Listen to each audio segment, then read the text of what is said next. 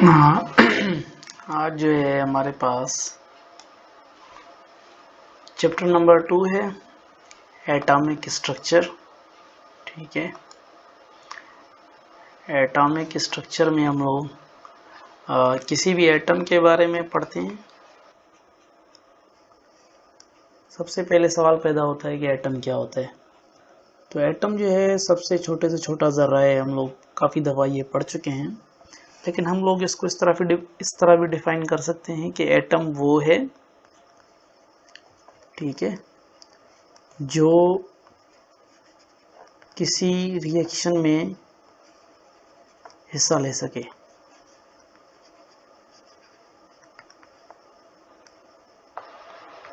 अच्छा, इसका क्या मानी है? इसके मानी ये है कि ये जो है अपनी एक इंडिविजुअल पहचान रखता है। अगर कोई चीज़ रिएक्शन में हिस्सा ले रही है अपने बलबूते पर, तो इसका मतलब है उसकी कोई अपनी पहचान है। अब जैसा कि 1903 में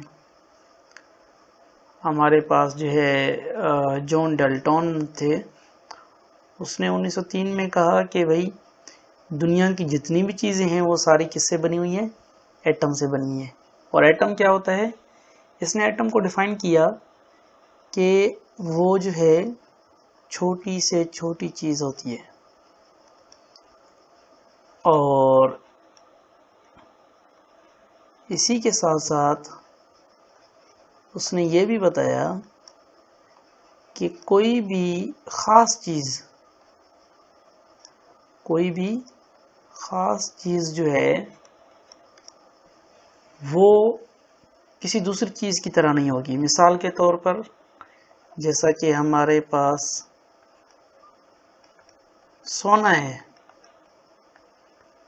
तो सोना जो है वो कभी भी चांदी जैसा नहीं हो सकता।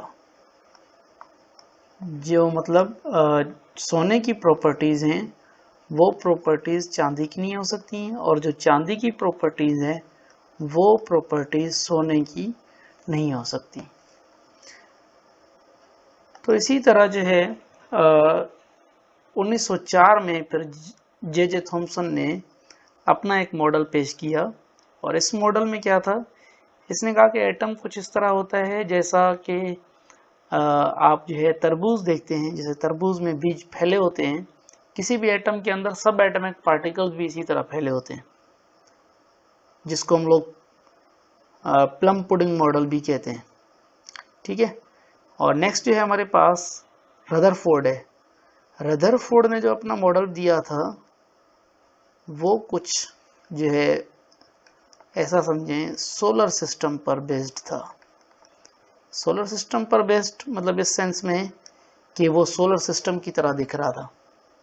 रदरफोर्ड ने कहा कि जो एटम होता है उसका न्यूक्लियस सेंटर में होता है, उसके गिर्द एटॉमिक पार्टिकल्स घूमते हैं, सब एटॉमिक पार्टिकल्स, और ऐसे घूमते हैं जैसे किसी जैसे जो है ना सूरज के गिर्द सैयारे घूम रहे हों। तो इसका जो मॉडल था it was based on classical physics and its rules। ये जो है क्लासिकल, सॉरी स्पेलिंग मिस्टेक है इसमें,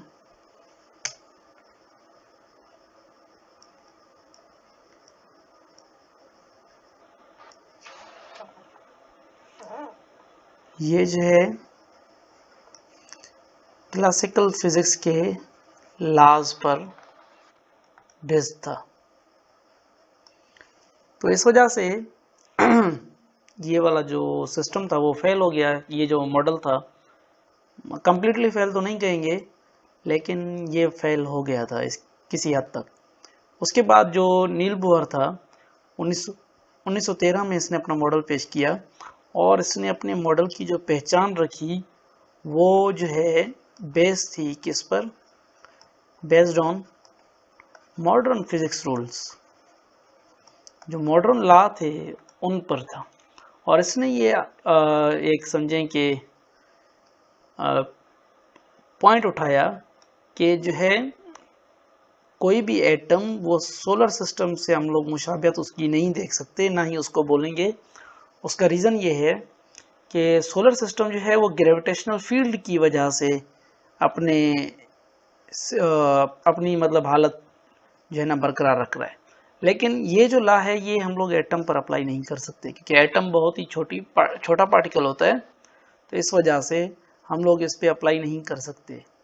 और इसने जो अपना जो लॉ था वो मॉडर्न जो एटॉमिक स्ट्रक्चर था वो मॉडर्न जो है ना लॉज पर अपना बेस किया। इसी तरह ये जो है आप लोग ज़्यादातर जो हम लोग स्ट्रक्चर पढ़ते हैं वो आप कह सकते हैं कि ये वाला जो स्ट्रक्चर है वो बेस होता है किस पर, बोहर की मॉडल पर। हालांकि बोहर के मॉडल में भी बहुत सारी गलतियां हैं, बहुत सारी तो नहीं कहेंगे लेकिन मिस्टेक्स मौजूद हैं। तो ये जो मॉडल है जो हम लोग आमतौर पर लिखते हैं, हम लोग एक सेंटर बनाते हैं जिसमें सब एटॉमिक पार्टिकल्स होते हैं, जैसा कि प्रोटॉन है और इसी तरह जो है न्यूट्रॉन है, और ये कहलाता है न्यूक्लियस। सही है, ये सेंटर में होते हैं पार्टिकल्स। इसी तरह जो है ना सेंट्रल पार्टिकल्स के गिर्द आपके इलेक्ट्रॉन्स भी घूम रहे होते हैं जिन पर नेगेटिव चार्ज होता है। प्रोटॉन पर जो है पॉजिटिव चार्ज होता है, न्यूट्रॉन पर कोई चार्ज नहीं होता और इलेक्ट्रॉन पर नेगेटिव चार्ज होता है। तो जो भी हम लोग स्ट्रक्चर बनाते हैं वो असल में हम लोग बोहर की नॉलेज पर या उसके जो है ना एटॉमिक मॉडल की बुनियाद पर बना रहे होते हैं। इसी तरह अगर हम लोग आगे चलें तो हमारे पास जो है तकरीबन पीरियोडिक टेबल में 118 एलिमेंट्स मौजूद हैं। कितने एलिमेंट मौजूद हैं भाई? 118 एलिमेंट्स मौजूद हैं।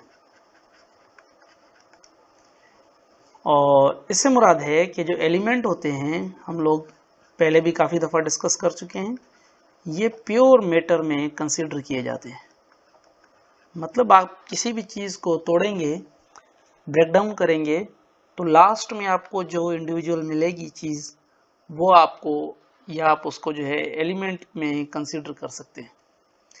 जैसा कि अगर हम लोग पानी को तोड़ते हैं, वाटर का जो मॉलिक्यूल है वो 2 एटम्स पर बना हुआ है। सही है, एक जो है हमारे पास ये हाइड्रोजन है।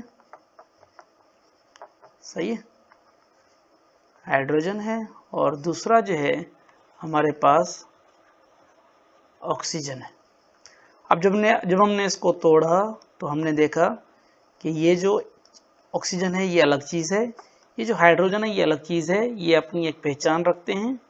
हम लोग इनकी पहचान को किसी और चीज़ में कन्वर्ट नहीं कर सकते। जैसा कि हम लोगों ने वाटर की जो पहचान थी उसको हम लोगों ने देखो तोड़कर ऑक्सीजन और हाइड्रोजन बनाया है, इसी तरह हम हाइड्रोजन को फर्दर ब्रेक डाउन नहीं कर सकते।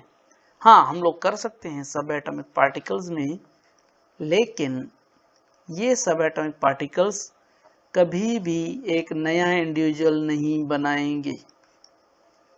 सही है ना? क्यों नहीं बनाएंगे? क्योंकि ये अकेले जो है कुछ पहचान रखते हैं, लेकिन अकेले मतलब कुछ पहचान नहीं रखते, लेकिन अगर ये सब एटॉमिक पार्टिकल्स मिल जाएं तो ये फिर एक एलिमेंट बना सकते हैं। इसी तरह हाइड्रोजन को अगर हम तोड़ दें तो हम लोग इसको प्रोटॉन में, न्यूट्रॉन में और इलेक्ट्रॉन में कन्वर्ट कर सकते हैं। ये अलग बात है कि हाइड्रोजन में न्यूट्रॉन नहीं होता, तो हम लोग इसमें इसको तोड़ सकते हैं, लेकिन हम लोग हाइड्रोजन को तोड़कर एक फर्दर आज़ाद हालत में कोई चीज़ नहीं बना सकते। ठीक है, इसी तरह हमारे पास जो है, जैसे मैंने पहले जिक्र किया कि 118 एलिमेंट्स मौजूद हैं, जिसमें से चंद एक मैं लिख लेता हूँ। Hydrogen, helium, lithium, beryllium, boron, carbon, nitrogen, oxygen, fluorine and neon. ये 1 से स्टार्ट होते हैं, मतलब एक एटॉमिक नंबर इसका है। इसका 2, 3, 4, 5, 6, 7, 8, 9 और 10। इसी तरह अगर हम लोग इनके एटॉमिक मास लिखें तो एक एटॉमिक मास इसका है 4, 7, 9, 11, 12, 14, 16, 19 और 20। ये चंद हैं, आप लोग इनको याद कर सकते हैं, ठीक है। ये 118 में से चंद मैंने बताए। अच्छा, इसी के साथ साथ जब हम कोई भी एलिमेंट एटम ले लेते हैं तो उसको हम लोग जो है ना इसी तरह सब एटॉमिक पार्टिकल्स की बुनियाद पर, और सबसे मज़े की चीज़ एटॉमिक नंबर और एटॉमिक मास की बुनियाद पर डिफरेंशिएट करते हैं। अच्छा, ये तो रहा कि अगर हम लोगों को इस तरह स्ट्रक्चर बनाना होगा तो हम लोग जो है इस तरह स्ट्रक्चर बनाना होगा बोहर वाला, तो हम लोग इस तरह काउंट करके बना सकते हैं। लेकिन इसके बाद 1926 में एरविन श्रोडिंगर एक साइंटिस्ट था, इसने अपना कॉन्सेप्ट दिया और इसने कहा कि भाई जो एटॉमिक मॉडल होता है वो इतना सिंपल नहीं होता, बल्कि ये एक राधा कॉम्प्लेक्स फेनोमेना है, ठीक है ना। ये जो है एक कॉम्प्लेक्स चीज़ है, बजाय इसके कि ये एक सिंपल हो, ये एक कॉम्प्लेक्स चीज़ है। और इसकी जो कॉम्प्लेक्सिटी है, ठीक है ना, इसकी जो कॉम्प्लेक्सिटी है वो ड्यू टू इलेक्ट्रॉन्स है, due to movement of electrons है। इलेक्ट्रॉन्स की जो मूवमेंट है वो कॉम्प्लेक्स है। खैर, इसी तरह जो है हमारे माहौल में जैसे मैंने कहा कि 118 एलिमेंट्स हैं, तो 118 एलिमेंट्स में से 11 जो हैं वो गैसेस हैं, सही है। 2 जो हैं वो लिक्विड्स हैं और बाकी कितने रह गए? 105 जो हैं वो सॉलिड्स हैं। समझ आई भाई? 11 गैसेस हैं, 2 लिक्विड हैं और 105 सॉलिड है। गैसेस कौन से हैं? हाइड्रोजन, हीलियम, इसी तरह nitrogen, oxygen, fluorine, neon, chlorine, argon, krypton, xenon and radon. गिनती एक दफ़ा कर लेते हैं, मैं इनको नंबरिंग लगा देता हूँ। 1, 2, 3, 4, 5, 6, 7, 8, 9, 10 एंड 11। तो ये तकरीबन 11 गैसेस हैं। और इसी तरह 2 लिक्विड्स हैं। 2 लिक्विड हमारे पास, एक हाइड्रोजीनियम है और दूसरा जो है वो है ब्रोमीन। इनमें से कौन सा मेटल है और कौन सा नॉन मेटल है? मतलब मेरे कहने का मतलब है 2 लिक्विड्स में से एक मेटल है और एक नॉन मेटल है। अब मुझे ये नहीं मालूम कि मेटल कौन सा है और जो है ना नॉन मेटल कौन सा है, तो ये आप लोगों ने कमेंट में बताना है कि इनमें से मेटल कौन सा है। और इसी तरह मरकरी को हम लोग कहाँ कहाँ पे यूज़ करते हैं। बाकी बच गया आपके पास सॉलिड्स। सॉलिड बहुत सारे हैं, जितने भी मेटल्स हैं वो सारे सॉलिड्स हैं। मेटल्स की पहचान ये है कि आप किसी भी एलिमेंट के आखिर में अगर IUM देखते हैं या UM देखते हैं तो इसका मतलब है पॉसिबल है वो मेटल हो, 90% चांसेस हैं कि वो मेटल होगा, सही है। मेटल नॉन मेटल सारे जो है सॉलिड में आ जाते हैं। और 105 मतलब इन 11 + 2 13 को माइनस कर लें 118 से, बाकी जितने भी बचते हैं वो सारे के सारे क्या हैं? सॉलिड है। तो एटम जो है वो खुद किस चीज से बना है? एटम खुद सब एटॉमिक पार्टिकल से बना है। अच्छा, सब एटॉमिक पार्टिकल्स कौन से हैं? अभी हम लोग पहले मेंशन कर चुके थे कि सब एटॉमिक पार्टिकल्स जो हैं वो वैसे तो ज़्यादा हैं, हम लोग 3 जो है ना डिस्कस करेंगे। एक है हमारे पास प्रोटॉन। प्रोटॉन जो है एटॉमिक नंबर को काउंट करवाता है। इसका मतलब है जितने प्रोटॉन होंगे उतना ही उसका एटॉमिक नंबर होगा। फॉर एग्जांपल, अगर मैं कहूँ कि हाइड्रोजन के पास 1 प्रोटॉन है तो इसका एटॉमिक नंबर कितना है? 1 ही होगा। एटॉमिक नंबर को हम लोग Z से रिप्रेजेंट करते हैं। सही है।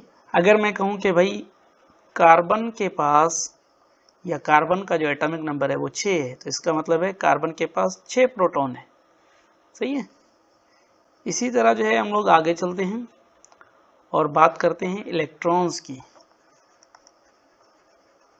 इलेक्ट्रॉन्स ना एटॉमिक नंबर में कोई अपना रोल पैदा करेंगे ना एटॉमिक मास में, क्योंकि ये लाइटेस्ट पार्टिकल होते हैं, लेकिन इनकी जो तादाद होती है वो तकरीबन जितना एटॉमिक नंबर होता है उतनी ही होती है। लेकिन एक शर्त है, और वो शर्त क्या है कि एटम को न्यूट्रल होना होगा। अगर एटम न्यूट्रल है तो जितना उसका एटॉमिक नंबर है उतने ही उसके इलेक्ट्रॉन होंगे।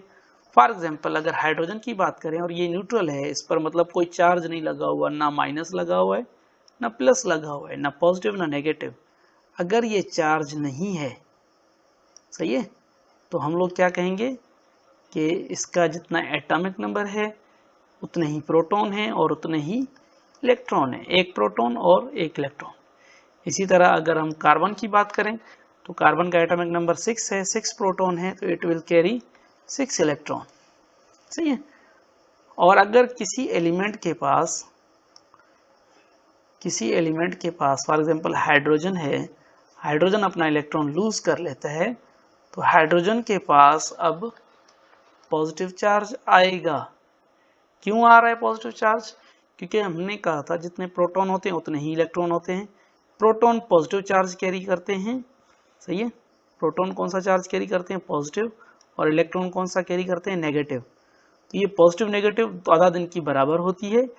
अगर इलेक्ट्रॉन खत्म हो गए तो बाकी क्या बचेगा? प्रोटॉन की जो है ना तादाद हम लोग वाज़े तौर पर यहाँ पे लिख रहे हैं। अगर वैसे ऐसा पॉसिबल नहीं है, लेकिन अगर हाइड्रोजन एक इलेक्ट्रॉन गेन करता है तो हाइड्रोजन के ऊपर, क्योंकि पहले तो न्यूट्रल था, अब इलेक्ट्रॉन गेन कर लिया, तो इलेक्ट्रॉन वाला जो चार्ज है वो हाइड्रोजन के ऊपर शो हो रहा होगा। सही है। इसी तरह जो है तीसरा सब एटॉमिक पार्टिकल है हमारे पास न्यूट्रॉन। प्रोटॉन और न्यूट्रॉन का जो मास होता है वो इक्वल होता है।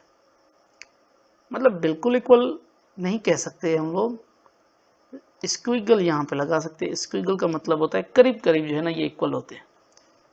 ठीक है। स्क्विगल की साइन कुछ इस तरह है, इसको हम लोग स्क्विगल कहते हैं।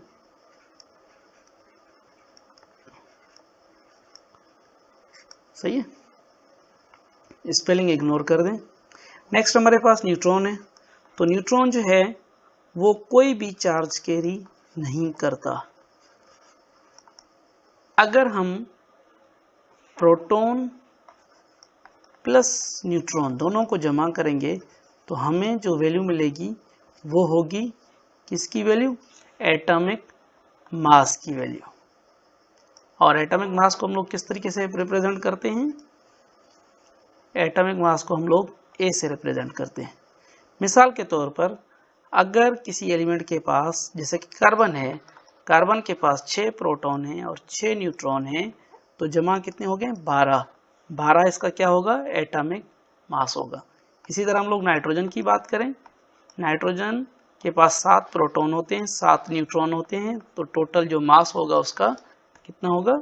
14 होगा। तो हम लोग इसको इस तरह लिख सकते हैं, 7 नीचे लिखेंगे, 14 ऊपर लिखेंगे। सही है। ये आपके पास बन जाएगा क्या चीज़? Atomic number and atomic mass. अच्छा, नेक्स्ट हम लोग जो है बात कर रहे हैं, थोड़ा सा टेबल बना लेते हैं, एक हल्का सा टेबल बना लें ताकि हमें जो है सीखने में थोड़ी आसानी हो। मैं यहाँ पे कोशिश करूँगा कि कुछ चीज़ें जो हैं आप लोगों को समझ आ जाएं। आप लोग जब तक मैं टेबल बना लूँ, आप लोग इस वीडियो को लाइक कर सकते हैं अगर आपने आज कुछ सीखा है, सही है, और सब्सक्राइब भी कर लें अगर आपने मज़ीद ऐसी वीडियोस देखनी हो। ये हम लोगों ने कुछ जो है रफ टेबल एक बना लिया है ताकि हम लोग यहाँ पे कुछ चीज़ें ऐड कर सकें। यहाँ पे हम लोग लिखते हैं, यहाँ पे हम लोग लिखेंगे एलिमेंट का नाम, यहाँ पे उसका होगा सिंबल, यहाँ पे होगी प्रोटॉन की तादाद, यहाँ पे होगी इलेक्ट्रॉन की तादाद, और आगे भी हम लोग बना लेते हैं।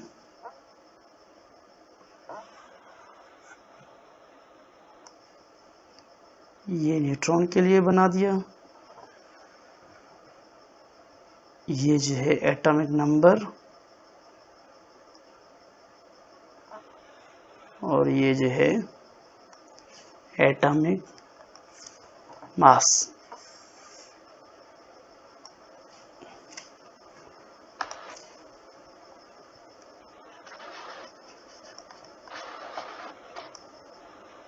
एटॉमिक नंबर को Z से रिप्रेजेंट करते हैं, एटॉमिक मास को या मास नंबर को A से।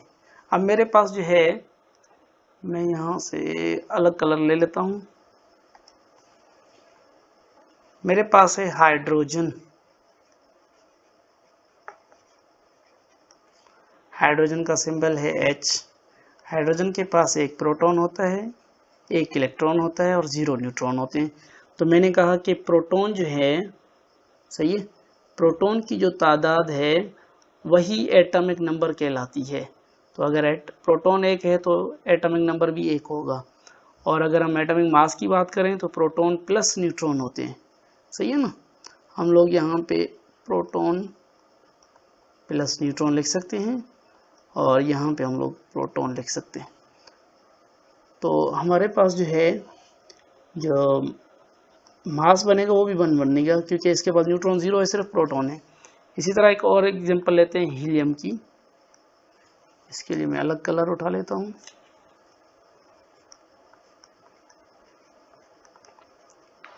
हीलियम का जो सिंबल है वो He है।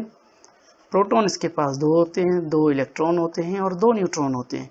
तो इसका एटॉमिक नंबर होगा 2 क्योंकि इसके पास प्रोटॉन 2 हैं। और इसका मास नंबर कितना होगा, अगर हम इसके प्रोटॉन की तादाद को और इसके न्यूट्रॉन की तादाद को जमा करें तो कितना होगा मास नंबर, ये आप लोग कमेंट में मुझे बता दें। अच्छा, इसी तरह जो है एक और एलिमेंट लेते हैं जैसा कि ऑक्सीजन है। ऑक्सीजन का सिंबल है O। इसके पास प्रोटॉन है 8, इलेक्ट्रॉन भी 8, न्यूट्रॉन भी 8। अच्छा, मैं कोई और एग्जांपल ले लेता हूँ क्योंकि ऐसे आप ऐसे ना समझें कि इनकी जो है ना प्रोटॉन और न्यूट्रॉन की तादाद सेम होती है। हालांकि वो मैंने बता भी दिया है हाइड्रोजन वाले एलिमेंट में, लेकिन फिर भी इन केस मैं लिथियम लिख लेता हूँ। लिथियम का जो सिंबल है वो Li है। इसके पास 3 प्रोटॉन हैं, 3 इलेक्ट्रॉन हैं और 4 न्यूट्रॉन है। तो अगर इसके पास 3 प्रोटॉन है तो इसका एटॉमिक नंबर भी कितना होगा, 3। और एटॉमिक मास जो है वो प्रोटॉन और न्यूट्रॉन की तादाद होती है। तो प्रोटॉन इसके पास 3 है और न्यूट्रॉन जो है इसके पास 4 हैं। 3 + 4 = 7। तो इसका एटॉमिक मास जो है वो क्या है, 7 है। तो आप लोग जो है ये वाली लिस्ट में कोशिश करूँगा कि आप लोगों को PDF में दे दूँ। कमेंट में आप लोग चेक कर लेना, अपलोड करने के 1-2 दिन बाद मैं भेज दूँगा, सही है। आप लोग क्या करें, बोरॉन को जो है फिल करें, इसकी सारी ब्लैंक्स, और मुझे जो है मेरे साथ शेयर कर लें। चलें जी, आज के लिए इतना। नेक्स्ट हम लोग इंशाल्लाह फिर मज़ीद आगे पढ़ेंगे। आई होप आप लोगों ने सीखा होगा। अगर कोई क्वेश्चन हो, कन्फ्यूजन हो, आप लोग कमेंट में पूछ सकते हैं। इंशाल्लाह उसका आपको आंसर किया जाएगा।